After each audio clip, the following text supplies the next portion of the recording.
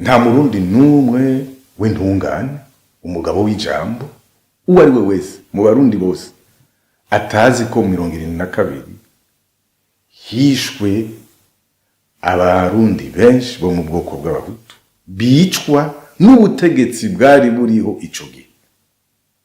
Nta numwe atabizi, nta numwe atanazi ko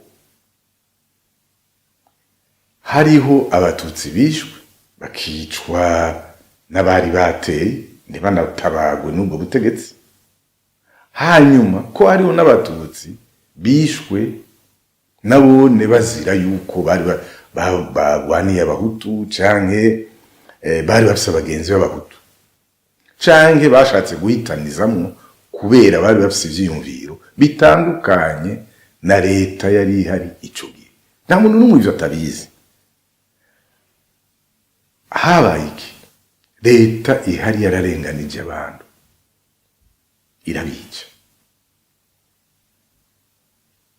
ntiyica ubwoko nk'uko tubibona CNDD-FDD ikunze kubikora. Iyi ntwaro ya Evariste Ndayishimiye ni y'aba CNDD-FDD bandanye, ni intwaro mbi irica abantu, ntiyica ubwoko, hica intwaro mbi.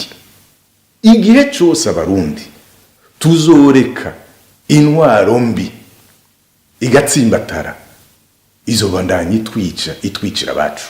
Nico gituma twama tuvuga dutera kamo abarundi guhaguruka tukarandurana n'imizi iyi ntwaro ya CNDD-FDD, intwaro mbi.